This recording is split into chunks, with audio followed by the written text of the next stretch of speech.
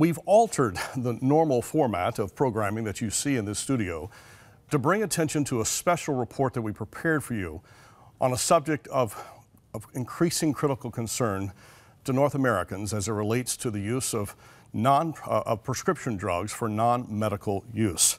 This special report really is going to bring insight into what is happening across the country and really across the continent as to the abuse that prescription drugs being used for non-medical use is having, the terrible impact it's having on young people and families all over the nation, all over the continent.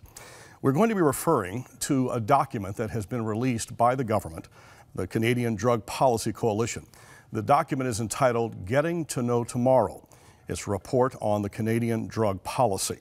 And in this particular document, it has several highlights that we want to mention today, and then in this program show you through some important footage as to what is actually happening. Here's some alarming statistics and facts, so hang on and listen and learn, because this is so important.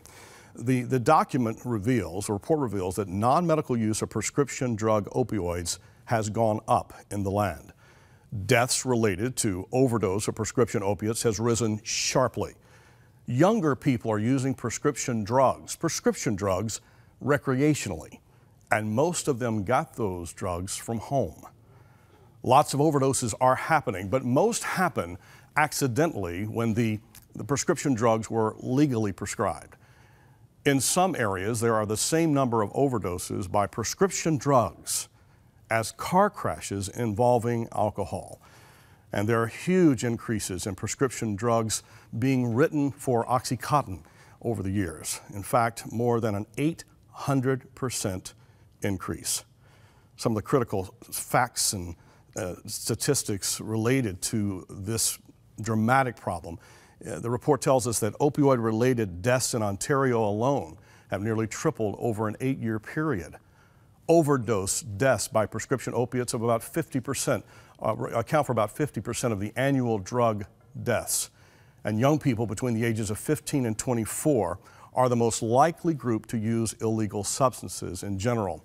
And almost 40% of indigenous young people in this country between the ages of 12 and 17 are using prescription drugs for non-medical purposes. This year, we at Crossroads completed a documentary entitled PainKillers, Tracking the Prescription Drug Epidemic. It echoes, it reflects what the government report reveals. At the end of this program, we'll share with you how you can get this documentary into every high school in this country. But first, let's go inside this documentary. Let's take a look at the problem, see what we can learn, and see what the problem is, and how we can respond proactively with the love of God and the care for human beings.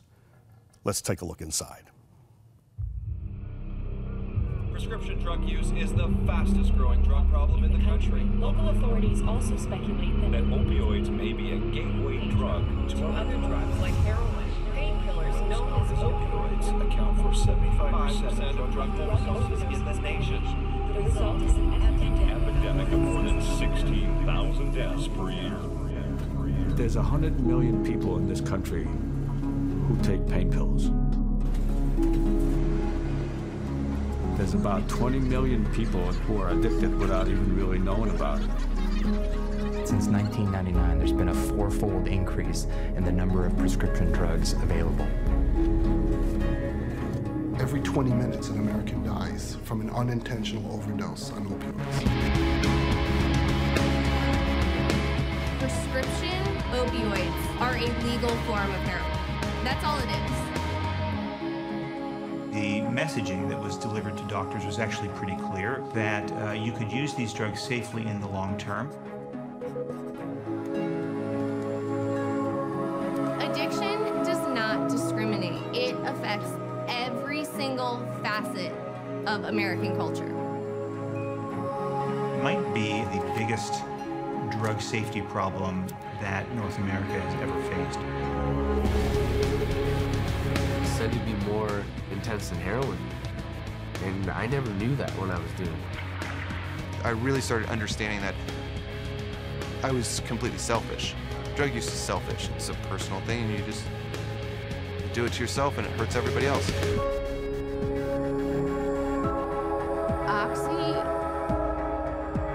it was my life. It was my boyfriend. It was my family. It was the thing that was always there for me.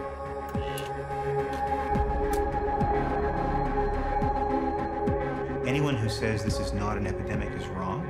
There are more now than 100,000 tombstones to suggest otherwise.